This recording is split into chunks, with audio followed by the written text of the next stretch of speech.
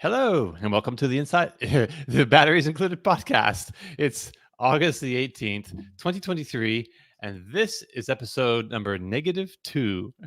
Thank you very much for joining us.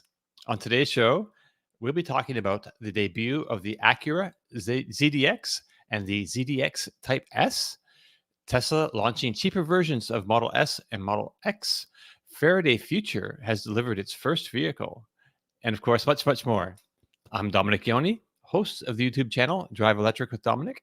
Today, we're joined by special guests Leigh and Patrick Anderson, hosts of the YouTube channel Mach-E Vlog. And of course, we also have Kyle Connor, who joins us from the majestic, practically palatial halls of Out of Spec Studios, where he produces high voltage videos for a number of YouTube channels. So, hey there, everybody. Good to see you all. Good morning. Good morning. And lots of good mornings and hellos from the in the comments from the viewers. It's great to see y'all, have you all here with us too. All right, so okay, this is like a interesting episode because one of us is not here at the moment. Tom is not here, but he is with us in spirit, and I wanted to kick off with Tom because we've recorded a little segment of him yesterday. He had some news to share, and so I wanted to go right to that. All right. So this is just going to take me a moment to press all the buttons and bring him up. But we should be able to do, there he is. All right. And share. Hello. And go.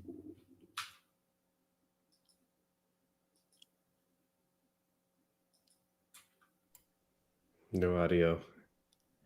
I can do Tom's voice if you want. I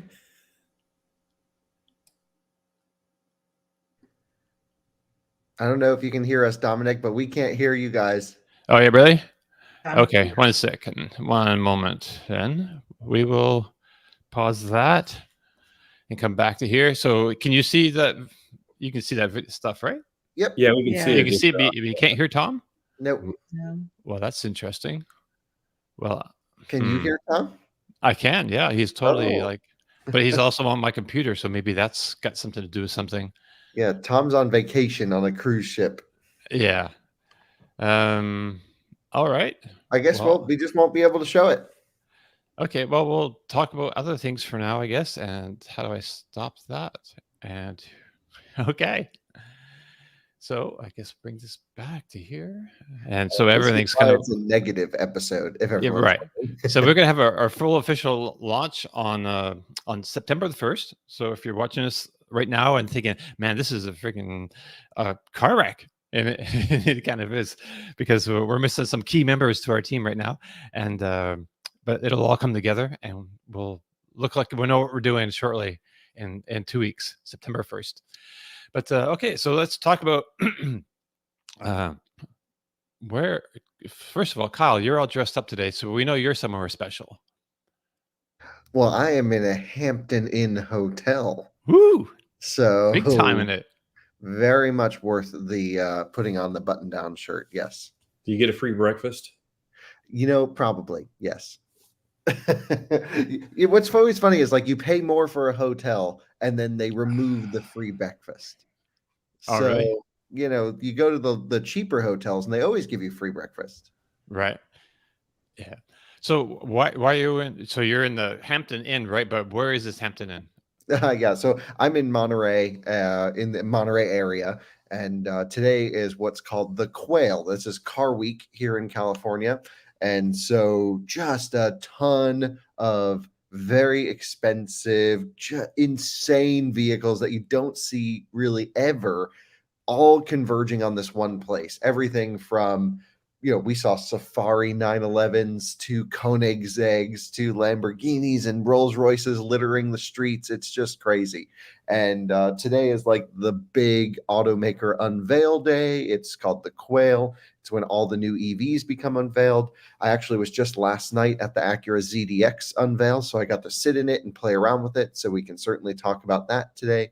And yeah, so it's all good. I mean, honestly, most people are wearing like very expensive, nice suits. It's not my style.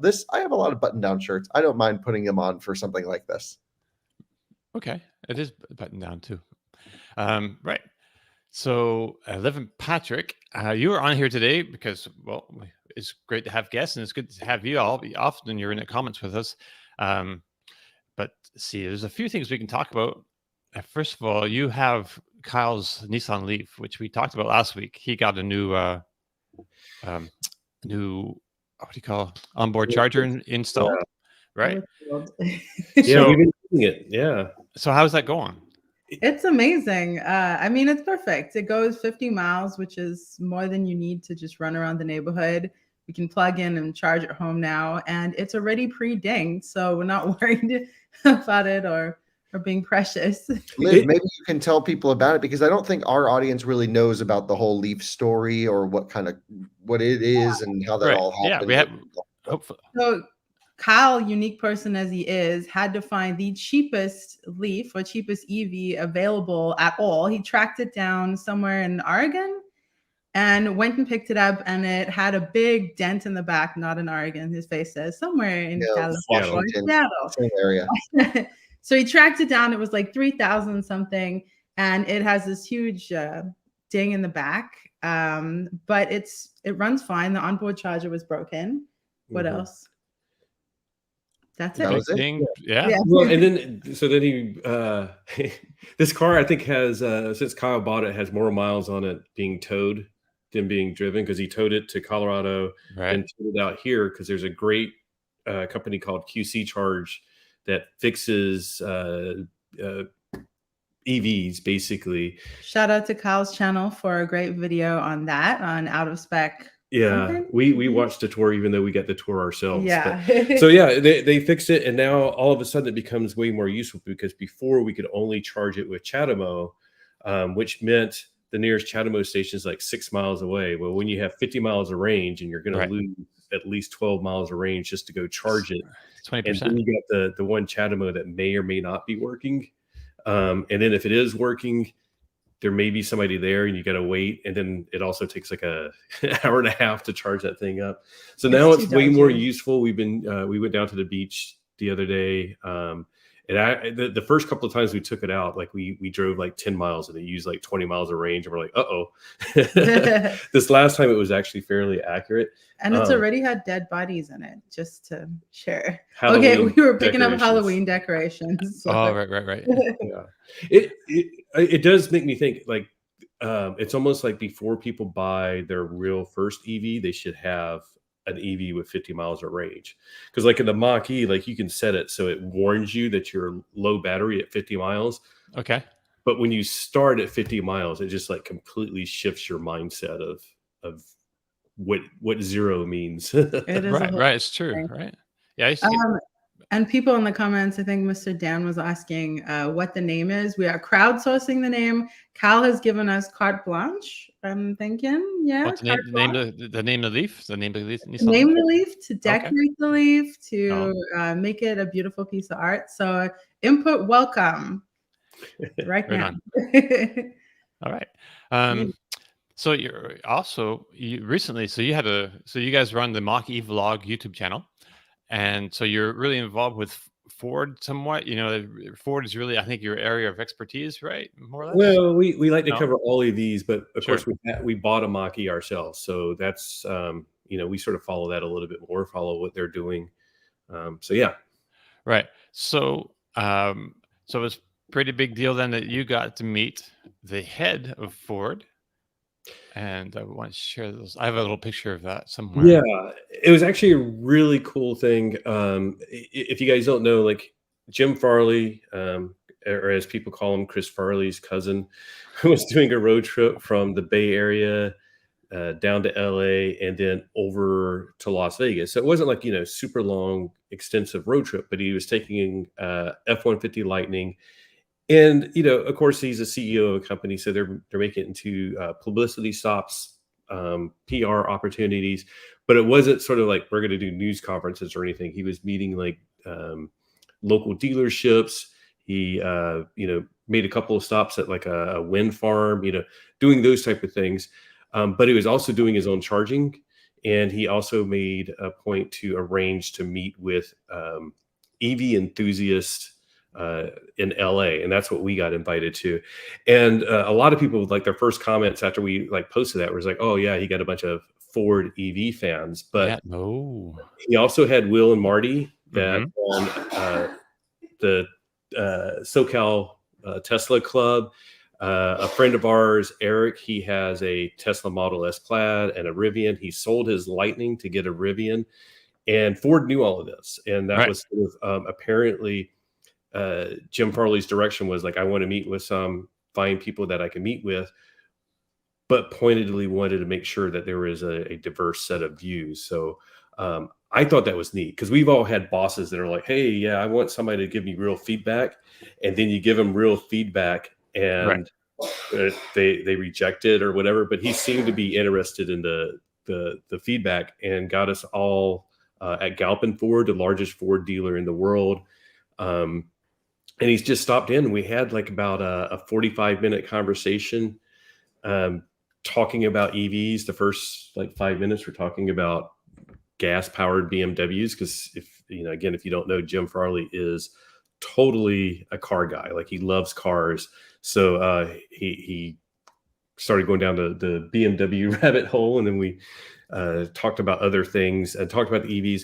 And the really cool thing was like, he literally, like, he was like going around like, what feedback do you have? So like we had two things personally. Obviously the video that Alyssa and Max did recently comparing the Mach-E to the Model Y, her biggest criticism was the lack of dog mode, camping mode, something like that. I'm sure a lot of people have that criticism. So that was what I asked for. And I was like, we need data on the screen. So we need charging speed, if nothing else. But I was like, we have a bunch of EV nerds here. So we want more. We want battery temperature, like all the stuff that we get on Car Scanner. Maybe bury it a little bit, but at least let us see that type of data. Trying to think of some of the other things that people asked for.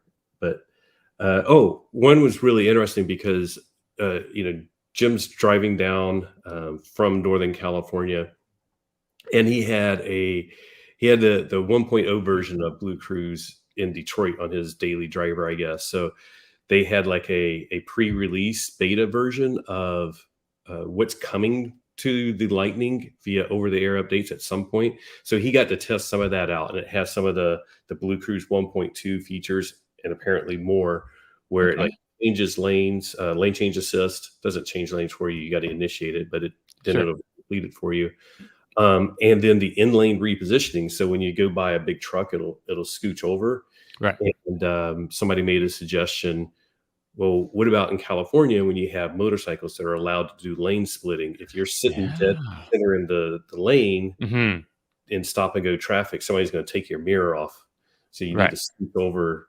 And he's like, all of this, he was, cook it in, no promises, of course. There's a lot of moving parts, but literally told his staff, collect all of these. And they did. They reached out to us right afterwards and said, please phrase it as you want. We're going to send this up to Jim Farley.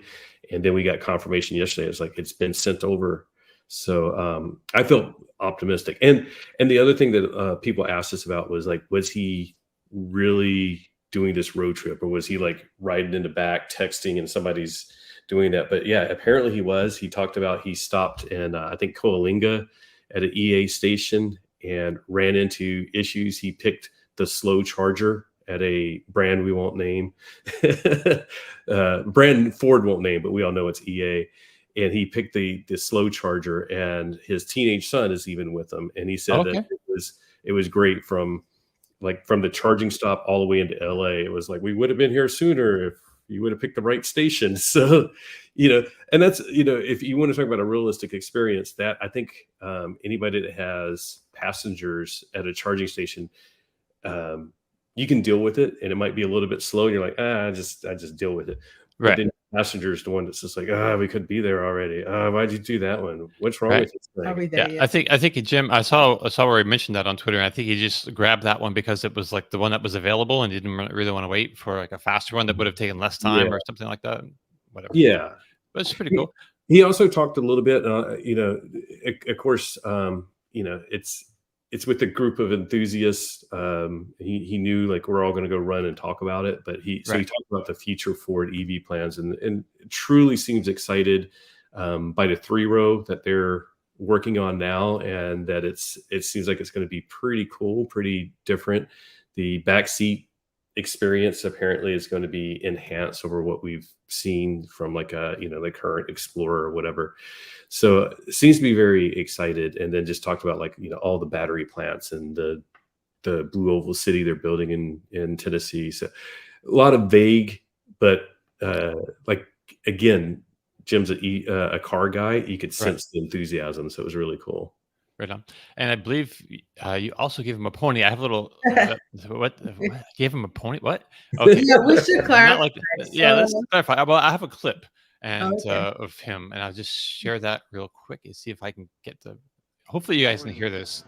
That I was given by a Mach-E enthusiast, and they give this out at all the charging stations to other people that they meet for the first time. So, and like a little welcome package to being a Ford EV user, which I will display this proudly in my office in Dearborn.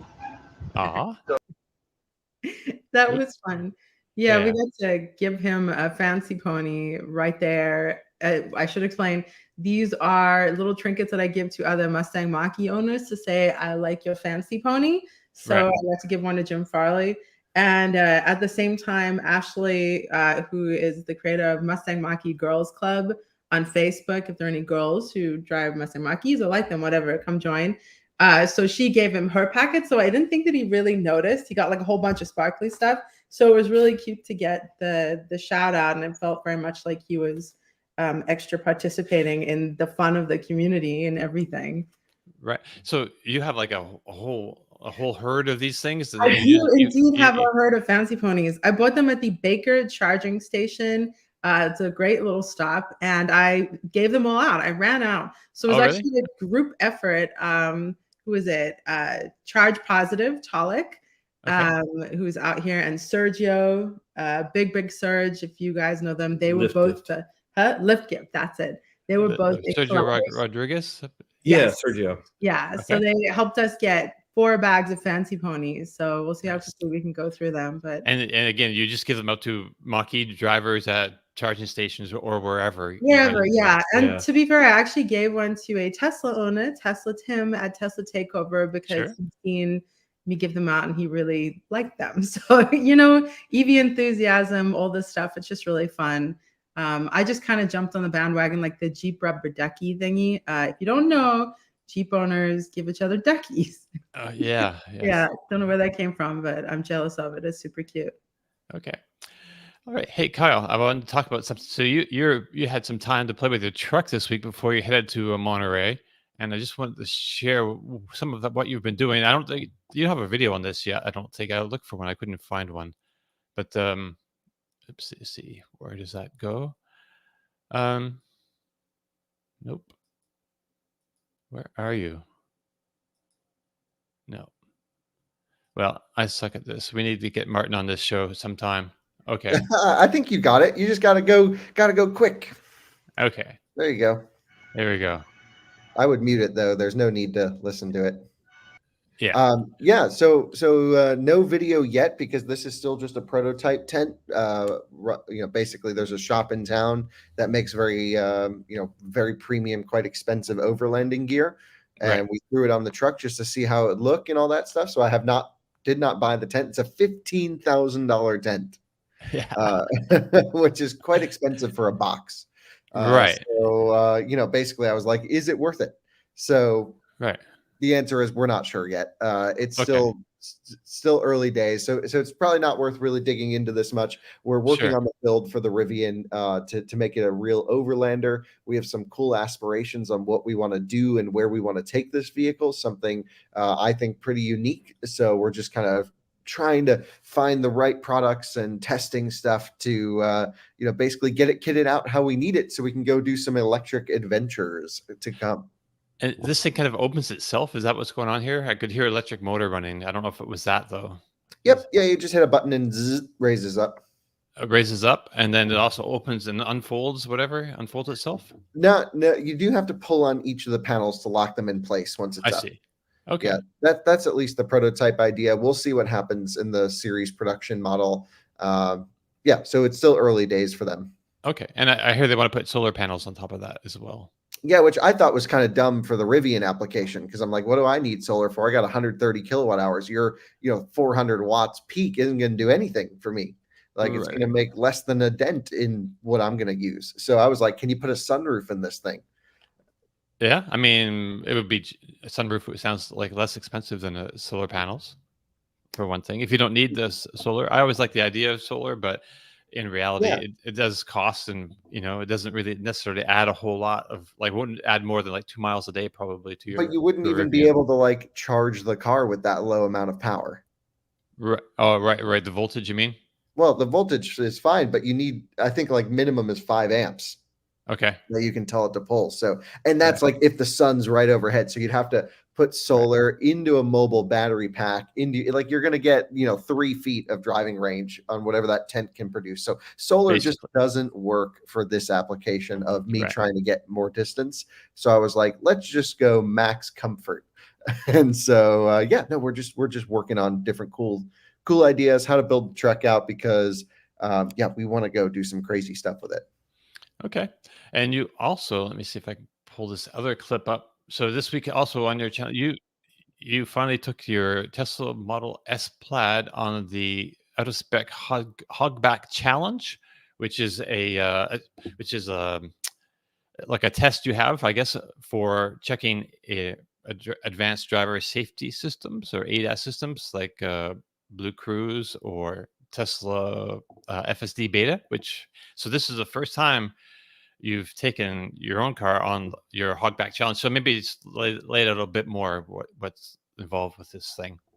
Yeah, so the Hogback Challenge is our attempt at creating a somewhat standardized ADAS test that also happens to take place in the real world. So it's not a perfect scientific comparison, but what we wanted to do was to create a platform through this series that we can discuss the nuances of different driver assistance systems on the market.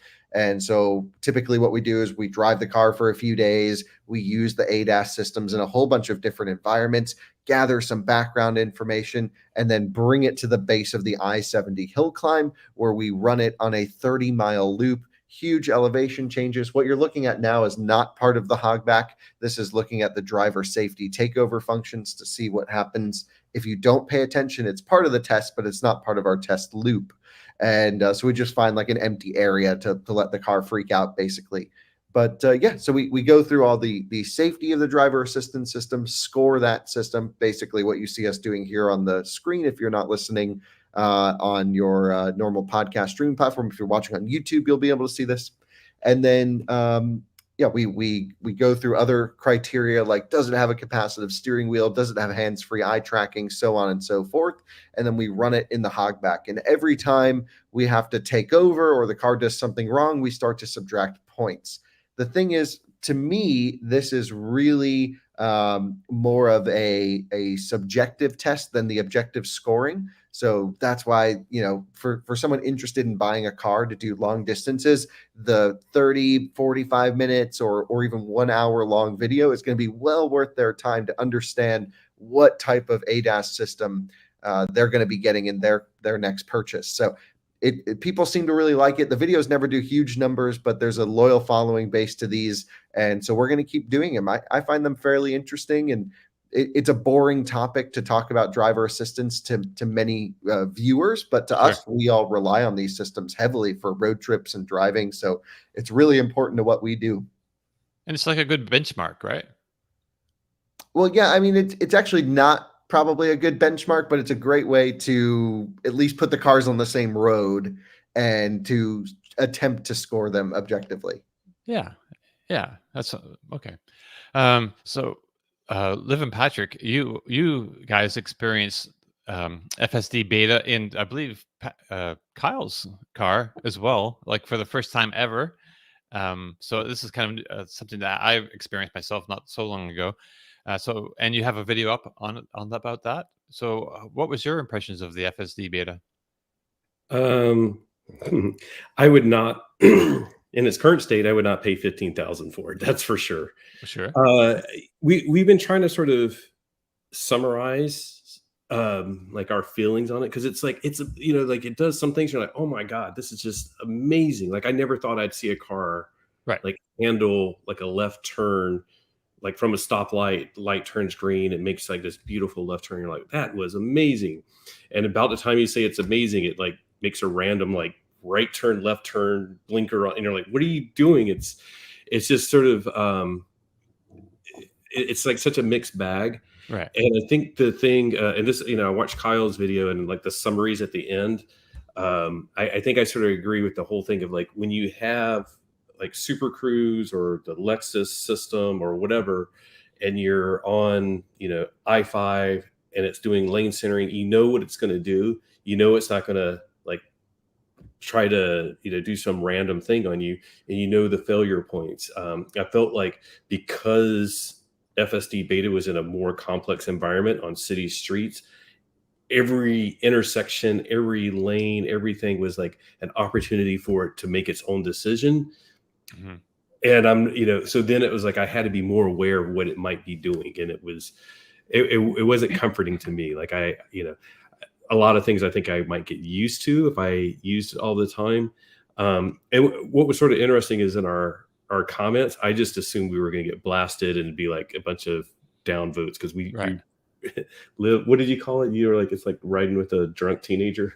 Something like, I don't know if I said that in the video, but yeah, we certainly anticipated some hate. So we've gotten good comments, and we appreciate that because we really were jumping in blind. I should have clarified earlier, Kyle is lending us his Leaf indefinitely. And at this moment, the Leaf was getting fixed, and we got the opportunity to jump in his Model S Plaid for like half an hour. So our experience with FSD was half an hour taking it to supercharge.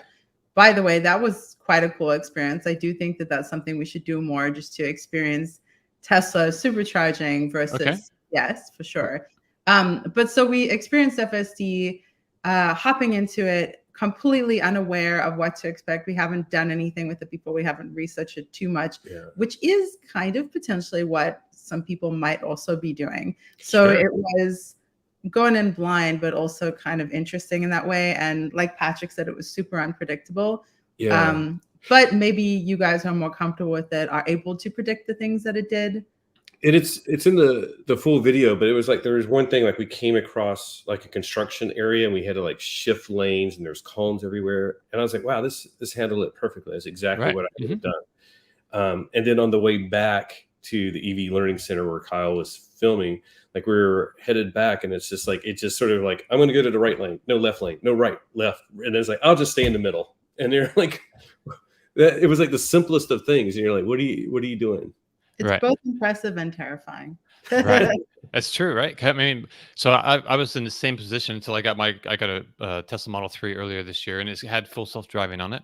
And so my first experimentations with that were like kind of terrifying sometimes because you never know what it's going to do. But you get more comfort with it, and you can have a good idea of what's, like when mine approaches traffic circles, it often will stop or almost stop when there's no reason for it to. So you got to, nudge it through with the accelerator, which I believe you did some of that as well. Yeah, I did a lot of nudging. And like getting into like left turn lanes, as soon as it would like, I'm in the left turn lane, it would just sort of like slam on the brakes. And I know if I was the guy behind me, I would have been like on the horn, like the lights up there, don't stop back here. But right, it's true. But, again, it's like it's really cool to see where it's at now and where they're going with this. And it's just a whole different ball game trying to handle city streets. It's just amazing that they're even going down that road. Right. Hey, Kyle. You're chatting there, but we didn't. I don't think we asked you actually. How did the FSD do on the Hogback as like compared to other systems? Right. Well, objectively, it came second place. The Mercedes EQS beat it out in the Ooh. scoring system, Oh. and so that's no surprise. I think for me, the Germans have a really great usable highway driver assistance system. Mhm. They also build in quite a bit more safety in the form of capacitive steering wheels, or yanking on the seatbelt, or jamming the brakes if you're not paying attention. Tesla just puts up a visual and audio warning and kind of comes to a stop. So it didn't earn many points in the safety category in terms of the driver takeover. And so technically, I would say Autopilot's the most competent driver assistance system because it scored the best in the driving portion.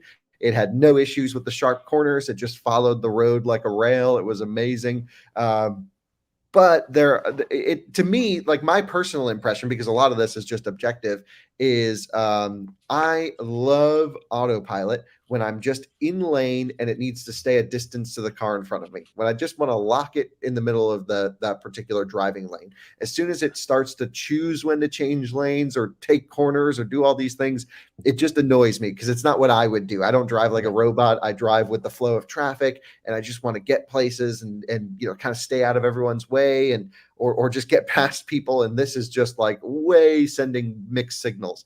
So for my comfort level of how, like, unless I'm okay driving with like really tinted windows and taking the license plate off the car, I don't really use FSD Beta. And yeah, so I have it on my car, but I just never use it. So we put it on for this test, and it was interesting. I think base Autopilot is actually what I use most of the time. I usually turn FSD Beta off in my car and just use regular Autopilot. I do keep the lane changes enhanced, not where the car chooses when to change lanes, because I kind of hate that. Right. But I can just hit the turn signal and it'll move over. Amazing lane changes. I never So realized this was an option. For some reason, I never thought, oh, I could just turn that off and go back to regular autopilot if I wanted to. Because I was thinking about that.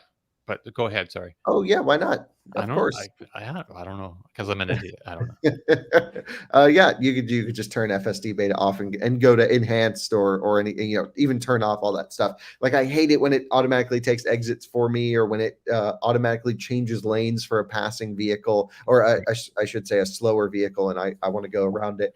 I like to choose all that stuff. Right. So yeah, You're a control freak, is what you're saying. It's not a control freak thing, because I actually don't mind when the car does things. Like, if there's no one else around, I'll let it do whatever it wants to do, because I don't care. But it's more like, I just don't want to piss off everyone around me, and then like not go fast enough to get away from them, which you can't go fast enough to get away. You can only do 85 on the system. So and where we live in the middle of the desert, basically, people go a lot faster than that. So yeah, I would say I love Super Cruise on the highway. I love base Autopilot on the highway. For me, FSD Beta adds zero functionality or comfort or anything to my use, the way I use the car personally.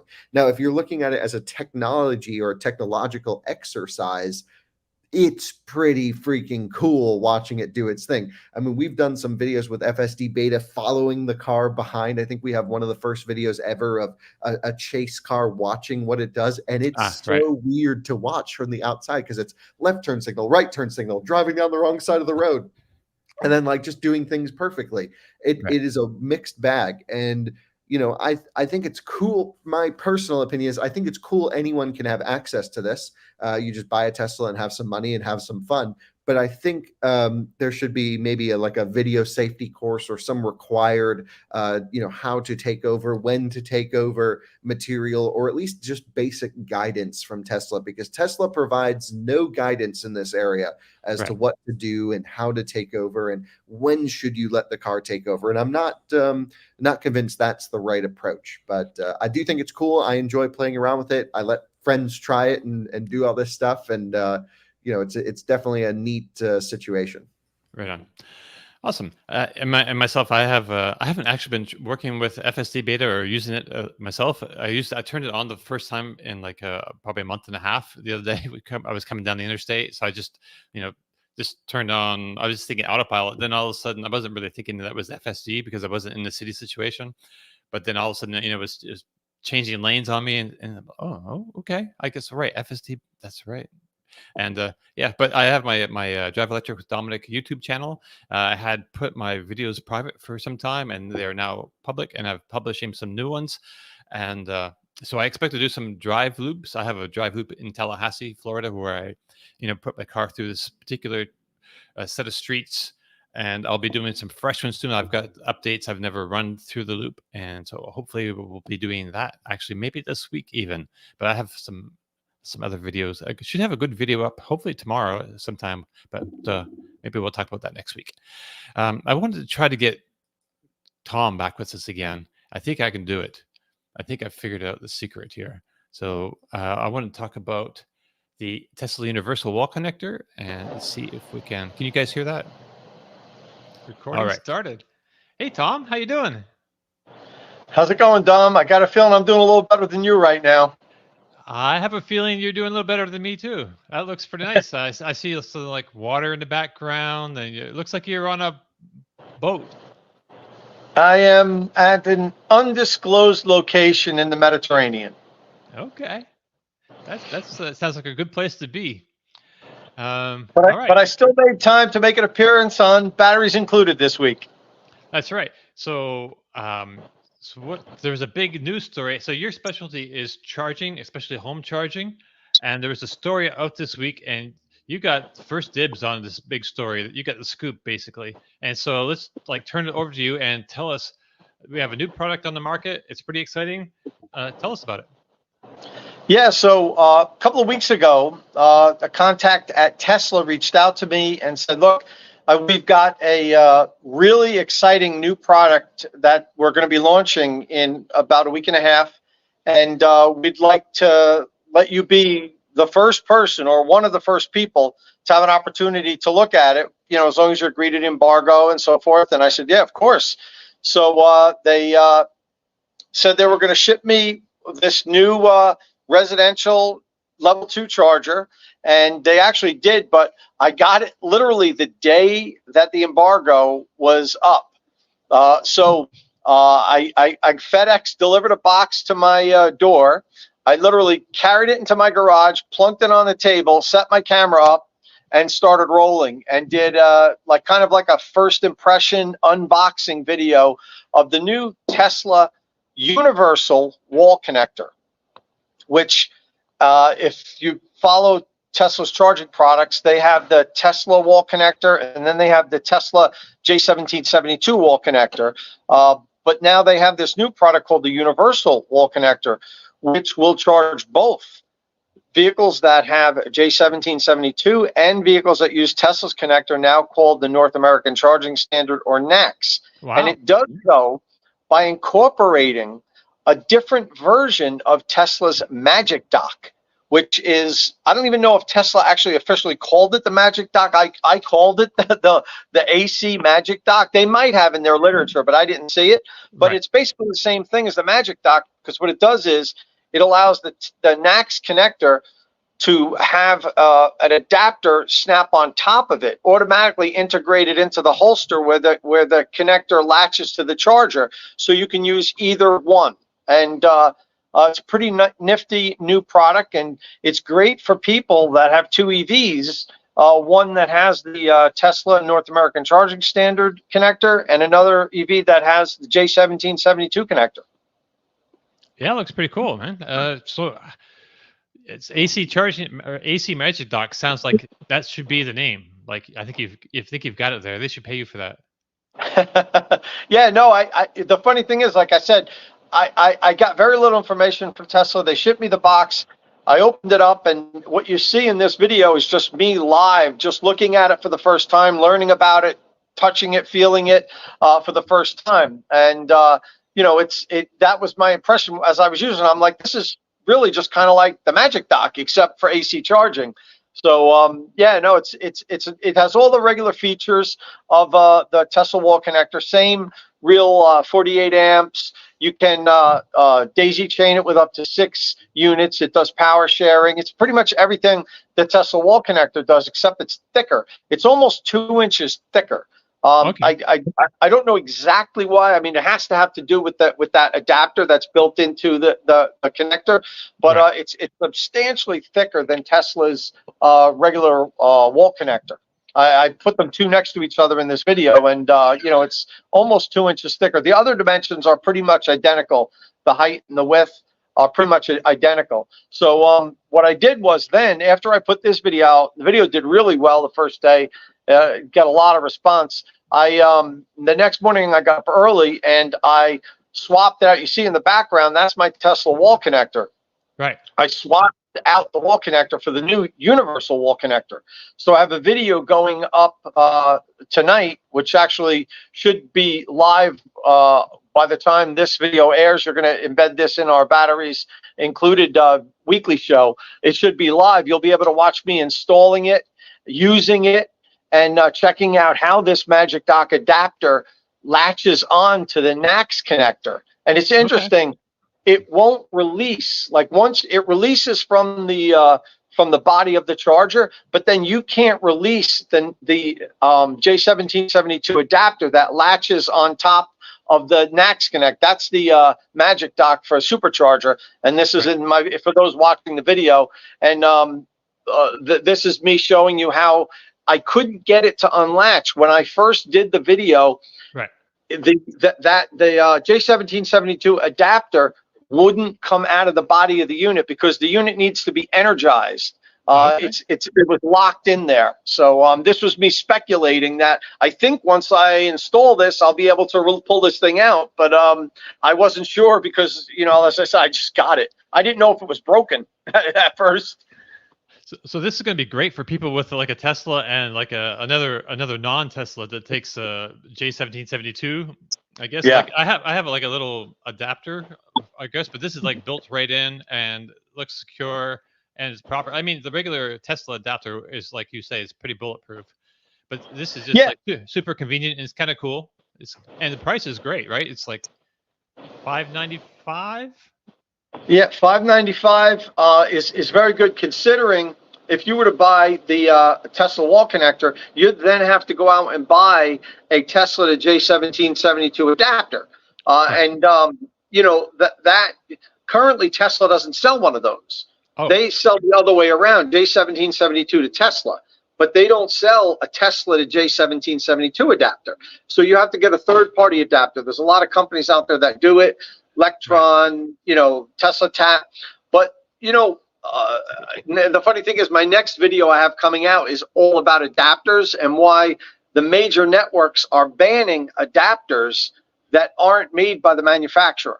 So in this case, and really it's a quality issue. A lot of these new adapters we're seeing, Dom, just aren't, they can't withstand a duty cycle of using them frequently. They just break and melt, and you could have a problem with your car. If Tesla puts it out or if Ford puts it out or if GM, if one of the major OEMs puts out some sort of an adapter, it's going to be very well tested, safety certified and all that stuff. So you're better off. I would recommend this over buying a Tesla wall connector and then buying a third-party adapter to charge your J1772 EV. Right. Do we know if this adapter doesn't have like thermistors inside of the check the heat levels, or is that just already built into the regular handle?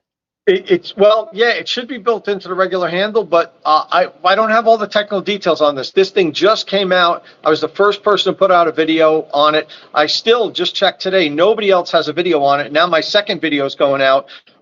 It's not always really easy to get a lot of information out of Tesla. But I will tell you, for years I couldn't get any information out of Tesla about their charging products. But lately, their charging team has been very receptive to me, which I'm very thankful for. That's great. They reached out to me and said, "Look, do you want one of these before the launch?" So I'm very grateful for that. Yeah, that's awesome. That's really awesome. Well, you're the man, Tom. So you're the charging guy. So they have to reach out. So currently, non-Tesla owners can use the Tesla app to set up their account and pay for charging at stations with that Magic Dock. But so what about? But I believe in your video you mentioned something about an app. So is there like another app coming up for this one, or is it separate from the regular Tesla app, or how is that? Well, I don't have all the information on it either. This is what I do have. Okay. So the Gen 3 Tesla wall connector is a Wi-Fi connected, quote unquote, smart charger.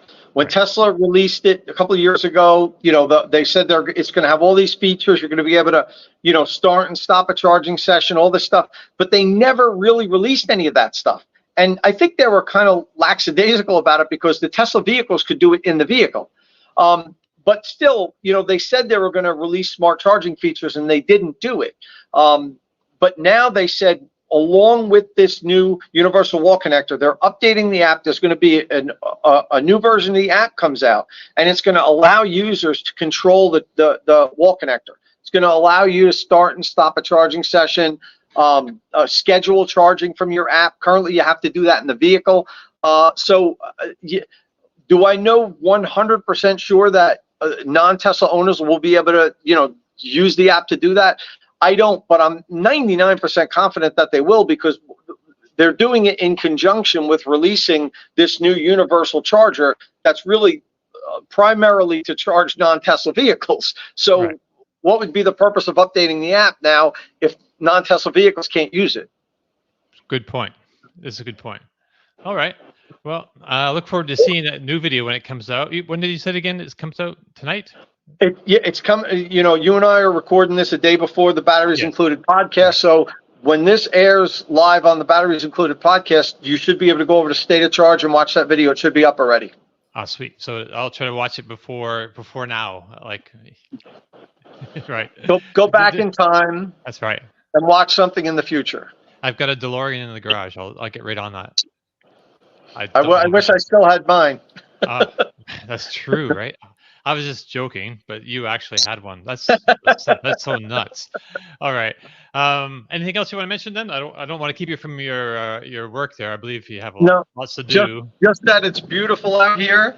I'll see if I can walk out of the room without losing the Wi-Fi connection. How we looking, Dom? Yeah, it looks like I want to go swimming right now, really bad.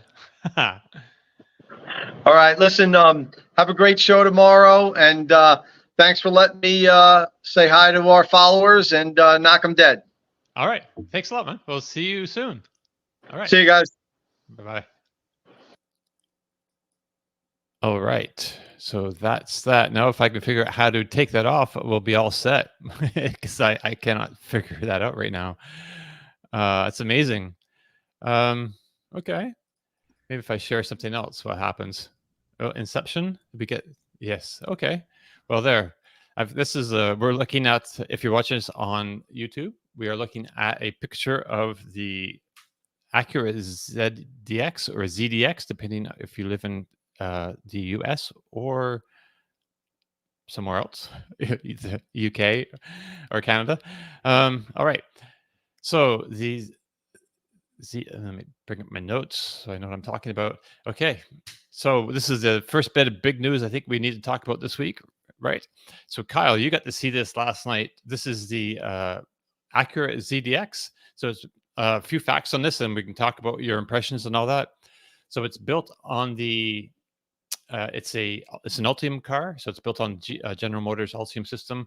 It's 5 inches longer than the Honda Prologue, which is another car that Honda is doing. So Acura, of course, is the premium brand for Honda, and they also have a deal with General Motors for the Honda brand for the Prologue. Anyway, so this is like a larger car than that. So, which is kind of weird. So I thought maybe it was going to be like the same car with some badging changes, but no, this is like just a completely different structure. And it's 1 inch longer than the Cadillac Lyriq, which is also similar, also built on the Ultium system. So this is coming as the ZDX A spec in single or dual motor all-wheel drive, or you can get it as a Type S performance car. So the A spec starts in the $60,000 range, with first client delivery slated for early 2024. The Type S is expected to start in the $70,000 range. It has a 102 kilowatt hour battery. So, and of course, this being they've used some of the same GM charging specs. So instead of giving us, a peak charging power or 0 or 10 to 80% time, they have 81 miles of range in 10 minutes in the A-Spec rear-wheel drive version. I'm not sure, that's just how GM's doing it. They're not giving us real numbers, really. Stop sharing. Present. Okay. Are you trying to put us all back in a row? I am. So you know how you can go like full screen and you see the multiple things? It's just below the image. There you go. Try that one. Yeah, that's perfect. I could do this as well. Nope. The other way is perfect. All right. Right. So this car, 102 kilowatt hour battery, 325 EPA miles of range in the single motor variant of the A-Spec. The Type S will have up to 500 horsepower, DC fast charging rates of up to 190 kilowatts, which is kind of a standard for the big Ultium batteries, I think, around that size, 100 or so kilowatt hours. It's got an ADAS system, Acura Watch 360 Plus system, they're calling it.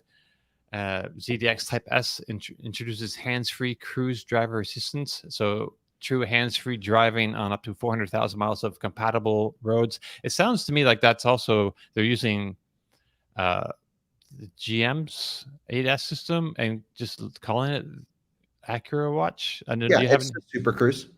Okay, Super Cruise, right? Or Ultra Cruise. Nope, Super Cruise. Okay. Where's Ultra Cruise coming from?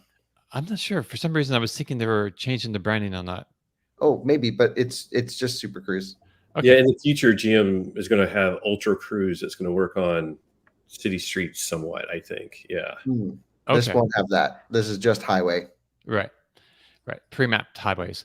It's got the Bang & Olufsen system with 18 speakers, 4 in a headliner, 14 channels of amplification, and a subwoofer to deliver powerful and sophisticated sound, they say.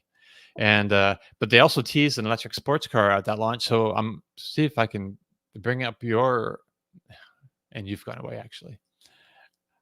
It's going to bring up your Twitter feed, and I can actually look that up now. Oh, there's nothing that exciting. You can just use the press photos. It's okay. Okay, so yeah, well, tell us what you saw the ZDX in person live last night at Monterey. So tell us about that experience. Yeah, I was there when they pulled the cover off of it and they gave their speeches and presentations on everything. And I have to say, I wasn't expecting much for this vehicle. I thought, okay, Acura kind of half-assed this whole thing. They called in, Honda and Acura called up GM and said, you know what? We don't really have the budget to develop our own car. We want to borrow your car. And based off of my drive in the Lyriq last week or 2 weeks ago, I was like, wow, this is not good, because the Lyriq is not a performance-y handling quite vehicle. Whereas Acura, and especially Type S, they've been famed for putting double wishbone suspension and everything, adaptive damper, really going crazy for certain different, handling topics. So I thought, okay, I don't know what to expect from this thing. But when they pulled the cover off, they had this thing dumped out, slammed on the ground, looked amazing. Fully adjustable, height adjustable air suspension in comparison to the Lyriq, and adaptive damper and big brakes. So I'm like, okay, there might be some magic here. Up to 500 horsepower in the Type S version. It really has the chance to be a fun handling SUV. And Acura has been famed for, and I'm a huge fan of Acura's all-wheel drive system, for example. Their super handling all-wheel drive, we call it shouty, and we love it. And so it's amazing. I don't know what technology this is going to have. My understanding is it's going to be pretty much Cadillac Lyriq motors, which I had no issues with the motors. But it doesn't say super handling all-wheel drive on here, so my guess is maybe no torque vectoring on the rear axle. I hope it comes at some point in the future, or it's in here and they're just not telling us. Or I may have missed it, but that's always been like an Acura thing. But the thing is, you can basically take the Lyriq, which they like obviously tuned really soft, and like turn it up a notch. And I was like, okay, it looks amazing. Truly in person, this is a great looking electric SUV. It's going to have over 300 miles of EPA range, and probably achievable based on what we've seen from other GM products. 102 kilowatt hour, roughly usable battery pack. It's going to have a Bang & sound system, so it'll have Bang & Olufsen. And the cool thing with that is Acura has always put insane sound systems in their cars. That's always been like an Acura thing, up the audio quality. So I cannot wait to hear this system. And they had this big party thing. We just swung in for a little bit to see the car, but they had these Bang & Olufsen stand-up speakers, and they were bumping. It was amazing. The sound system at this event, one of the best I had heard from just like 2 tall speaker things. It was pretty amazing. So I hope that's a sign of things to come for in the car. I got to spend some time with the interior designer, and the only thing I really said to her at first was, wow, this is so much nicer than the Lyrics interior. I didn't know who she was. I was just like around the car, and I'm like, oh, this is so much nicer because it doesn't have the stupid cup holders, and it just felt like, okay, a little bit different material. I like the lighter color, of course. And so, I just think this is way better in almost every area. And it's going to have Apple CarPlay and Android Auto into the future where GM vehicles won't. So like in terms of like the skin on top of this platform, this is way cooler than Blazer or Lyric to me. What I hope doesn't happen is this is not Acura giving up their chance to define their electric future. And what I mean by that is it's always a little bit of a red flag when an automaker does a shared platform deal on their first vehicle. And so yeah, not 100% convinced here. We still have some time until we can drive it. I'm going to do a full tour video today of it, and it'll probably go up on YouTube tonight or tomorrow. And so yeah, we'll have all of that stuff coming to you. I'll show you all the nooks and crannies and all the technical details and an out of spec reviews video. But I really liked it. I was kind of there just expecting kind of like a nothing burger, just like a badge engineering job. But like it sounds like they went pretty hardcore to change things. I still think they made the wrong choice, borrowing a GM platform, especially a GM platform that hasn't proven that they can produce in volume, and a GM platform that they haven't proven they can work out all the electrical bugs yet. From a charging performance standpoint, especially Tom has had these crazy charging sessions with Lyric where I've had fairly consistent. I just had one session. It went great. But then I was talking to another friend of mine the other day who was charging next to a Lyric, and he said it was all over the place. So I just think like that seems weird. Like I hope Acura like understands these things. Sitting in their sort of initial release of the car didn't give me that much confidence on the electric side of things. It's almost like, we don't want to think about this. We just want to style the car, was the impression I got, because there was some topics on, we joined this, charging station coalition with 6 other automakers and all these things. They're like, oh, you guys don't want to hear about charging stations, right? Who cares? Let's show you how our car looks. I'm like, no one should give a crap about what your car looks if they can't charge it anywhere. This is the most important thing. And, they haven't announced a NACS situation, although it should be fairly easy to do so because GM platforms integrating it. So yeah, I mean, it was a mixed bag. I personally would say, okay, on initial glance, I would instantly go for this over Lyric. 60 grand for the A spec starting. That's going to be pretty base level stuff. I think not super exciting, but the Type S maybe 70. And that seems like a real performance SUV for 70 grand, assuming they got the suspension dialed. You are muted, Dominic. I am muted. Look at that. Hey, so I was going to ask you something about it, and my mind just totally blanked. So I'm not even sure where to go with that, except for to ask Liv and Patrick what their impressions of the Acura ZDX is. I mean, we just looked at the photos just like everybody else did last night and everything. It looks really sharp, and it's like I knew it was sort of like a Blazer or this. I like the styling of the Blazer more, and I have to admit, like I got stuck on like one of the side that's what I keep thinking, profile photos, and the way that they did the like sloped roof line at the back with like the fake chrome or whatever white accent. Like at one point I was like going through the photos and I was like, oh, that reminds me of a hearse. And then once I saw that, it's like, oh God, now I can't unsee it. So I liked it, and then now I can't get hearse out of my mind. But the specs look great. Just curious to see. That was sort of my thing. Is like they're expanding the Ultium lineup, but it's like, are they going to make any of them in volume? I mean, maybe if they come out with enough models, and you add them all up, there'll be volume in all of them. But I like to see if they can get the volumes up. I've always been a fan of Acura. Always make good products, and it's like if I see one that's not mine, it's like that looks really sharp. So and of course we're partial to that blue that they had on display. That looks really fantastic. Right, I believe that's a new color for Acura. I didn't think that was another thing. I was looking at the Acura press release last night, and they were talking about the colors. Like this is a new color, and then the orange one is a traditional Acura color. Usually when but there's such a lack of other information in the press release, like 0 to 60 performance. I have no idea how. Did they talk about the performance at all last night, Kyle?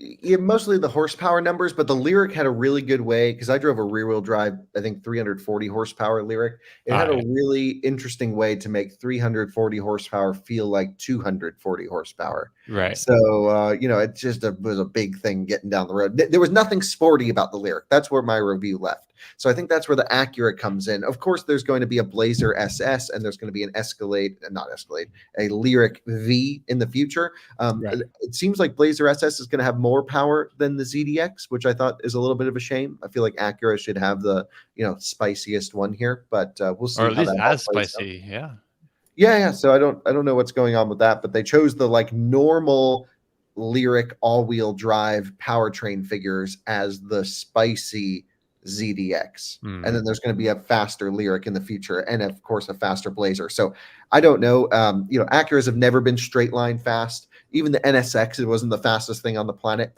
I do want to talk about NSX here in a second as well, because there's some potential news there, right?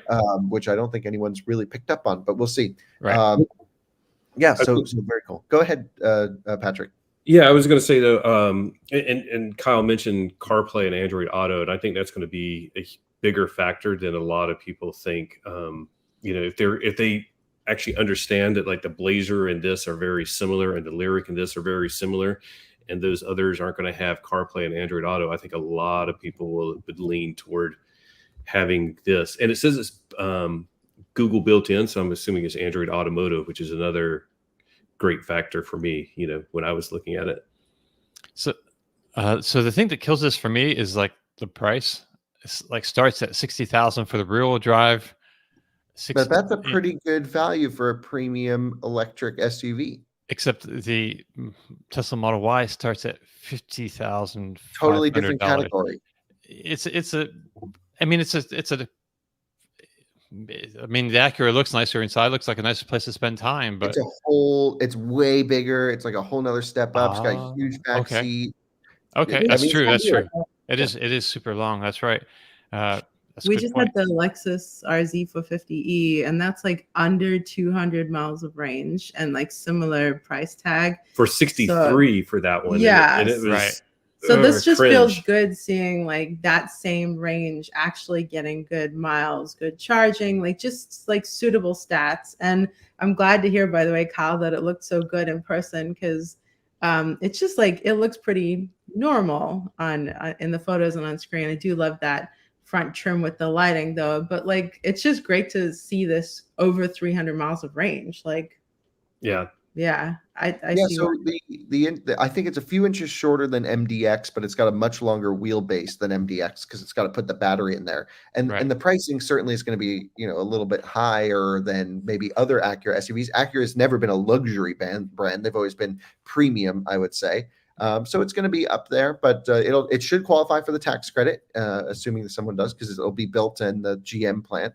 And so, I have nothing but high expectations for this car. I don't think people realize, at least I didn't realize until I saw it, kind of how interesting it actually is, and how I was like instantly like, oh, done. I'd go for this over Blazer or Lyric, just because they put in all the performance suspension stuff. They really wanted it to handle well. That was a big topic. And again, we were talking specifically about the Type S, which is the spicier top trim. But to me, like, that's important. It doesn't have the stupid charge port door, the Lyric, which is almost like just a non-starter. It's so dumb. Right. And it has the least premium opening, mechanism. If they don't fix that for Blazer, then my confidence in GM is evaporated. That is a weird. I just wanted to actually circle back to about your comment about having another company, make your car for you, because that's especially in this like change to electrification. I feel like companies really need to develop their own IP, their own intellectual property. Uh, like Honda, they're known for their engines. Honda was an engine company, so it needs like to be have a similar kind of thing in the future in the electric world. Is going to have maybe inverters, maybe drive systems, maybe the what you call the handling systems, shoddy. It's what's the Shouty, super SH handling all-wheel all-wheel drive, drive. right? Yeah. Right. So something, right? It has got to differentiate itself to give people confidence that these people, are engineering down like Lucid does. Just the engineering has got to be there to me. Well, that's what makes cars interesting is like, okay, what's your take as an automaker on XYZ?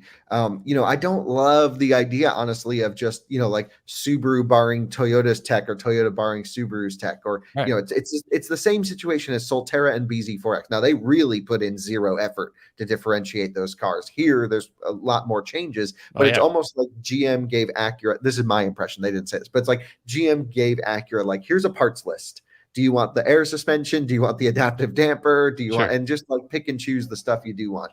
And I just feel like it was a little bit phoned in. But if you are going to phone it in, I just hope they've done their research to make sure that this is the correct platform to choose, because the charging performance on Lyriq has been less than stellar. And so has like little bugs and reliability things. And so I just really, Acura's got such a great reliability history, such a great performance history. I hope they did their research. I hope they're prepared for this. And I hope they can sell them in the volumes that they're going to get orders, because I think it's going to be way higher than they expect. Right. Okay. So you were talking earlier about the NSX. Let's see if we can get this going. And you mentioned that because at the presentation last night, they had this little screen beside the stage, and you can see it if you're watching this on YouTube. They're showing like a teaser. What did they say about this? Nothing. They just said they're working on something exciting. And so my guess is electric NSX. Also, the head of PR for Acura Honda liked my tweet about it. So I'm guessing that's what it's going to be. Okay. So, yeah, I mean, I think it could be quite exciting. They also invited a ton of NSX owners to this event. So we got to meet with a lot of enthusiasts, some of them viewers, which was great. So they were showing us around their cars and everything. So that was really neat. There were some first-gen NSX owners, some newer second-gen owners as well. One guy has a Taycan and both NSXs. I was like, oh, this dude's epic. So we really got to meet some great people and hang out. We didn't spend too much time there. We kind of just went and then went car spotting. And, because the cars here are just amazing in Monterey this week. So this is where they can develop their own technology and do something really cool and then bring it down market. But I think it's an interesting strategy. Like, I'm fairly certain it's just running on GM software, the ZDX, and just has like an Acura skin on it. So it just seems very phoned in. Right.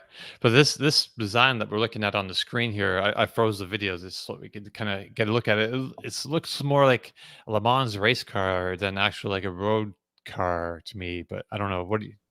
Well, this is their Vision Electric, right? So it's a concept. It's not saying this is what's coming. That's what they want to do. What they actually make is something different.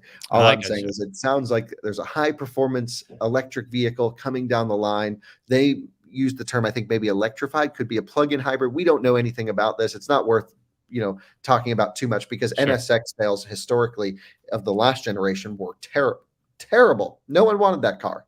Right. So, don't know what to expect here, but either way, it could be quite exciting. All right. So let's move on to some other news.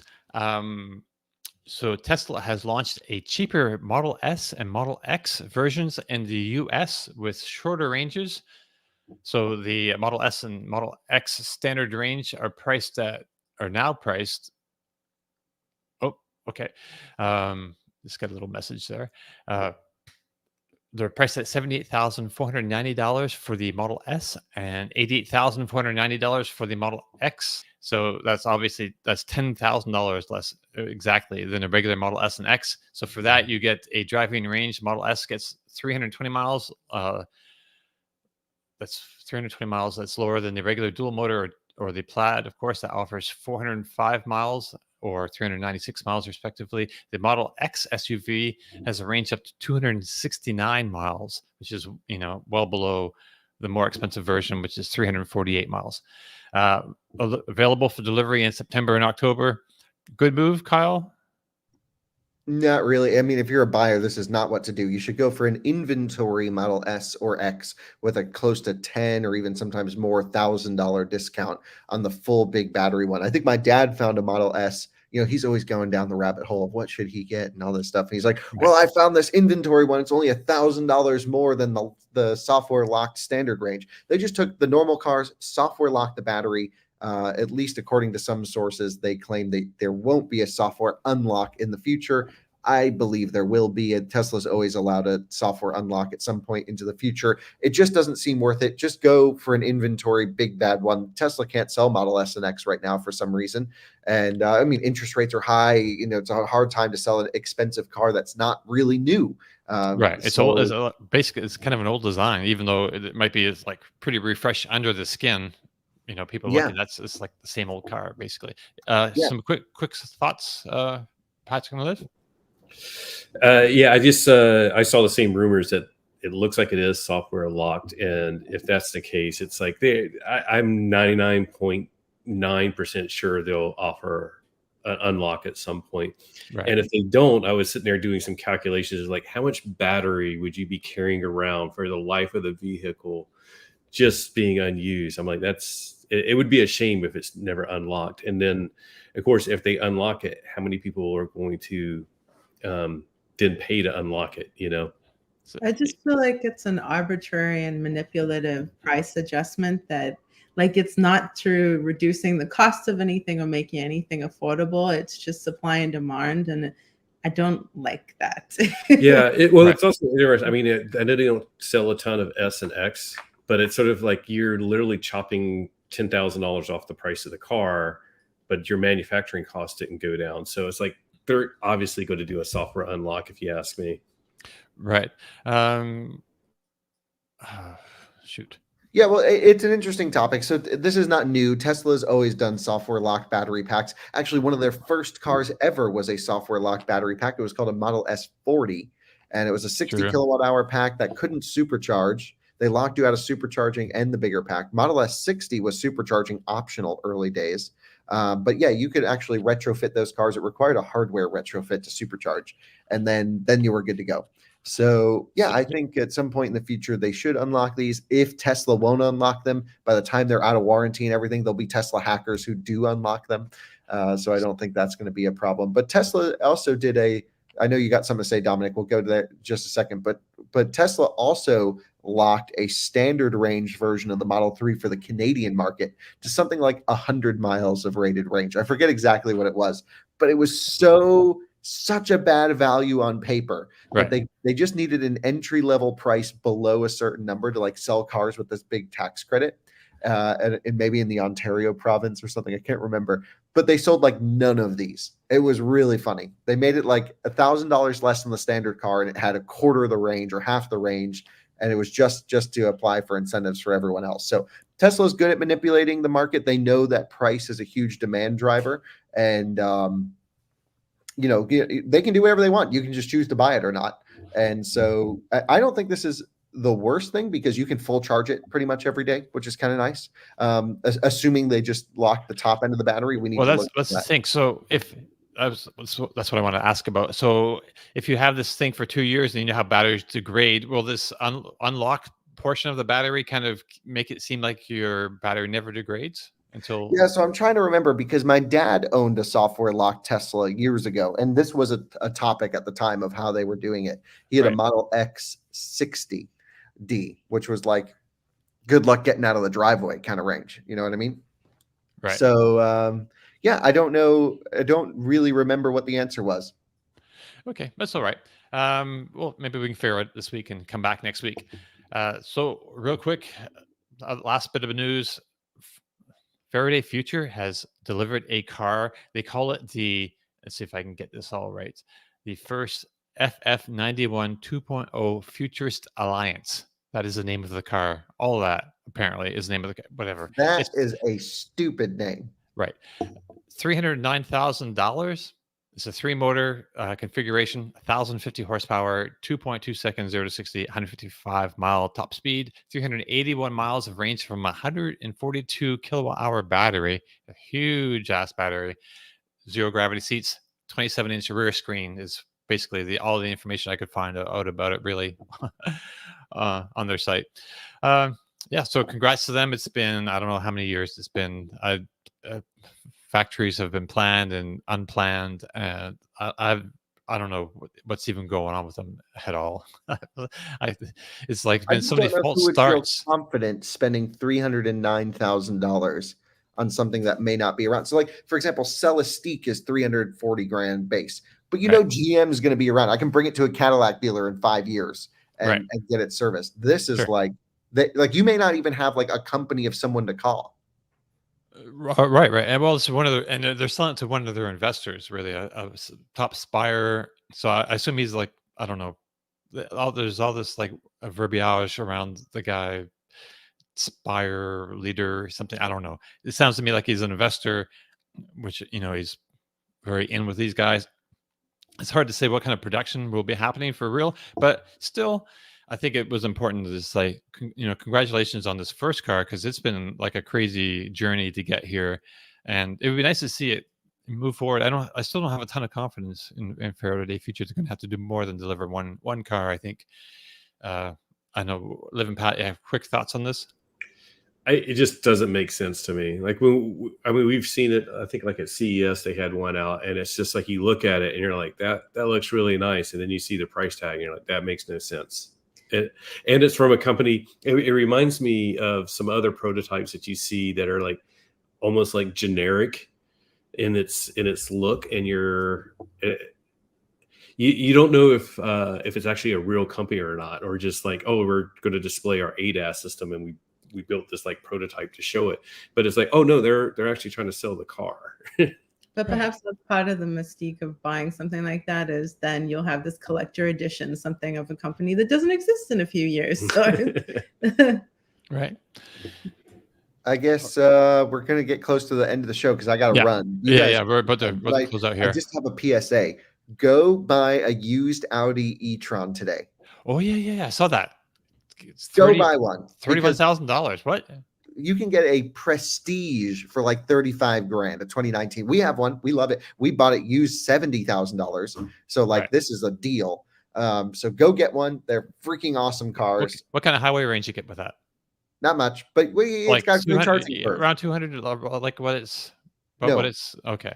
A little less? Yeah, like 190, 185, 190. Okay. But we got big ass wheels on ours and a roof thing. And so maybe 200's reasonable. But it's a monster charger, like you say. Yeah, it just sits at 150 kilowatts straight through. But like most of the time people drive around town and it just has the most amazing suspension and build quality and all of these things. And it's just epic. So go buy a used e-tron. You literally cannot buy a better car for 35 grand. All right. So that brings us to the end of our show today. If you have any questions or comments, please leave them on YouTube or get in touch with us on Twitter or Threads. Or actually, you can leave us a comment on Twitch now because we're streaming there as well. So on Twitter, we are at Batteries Inc. Pod. And on Threads, we're Batteries Included Podcast. If you like the show, please give us a thumbs up here. Click subscribe. Tap that bell icon for notifications. Thank you all very much for joining us. Thank you for being with us today, Mach-E Vlog, Patrick. Thank you. Yeah, it was so great. Thank you very much. And we'll see you all again next week. Ciao.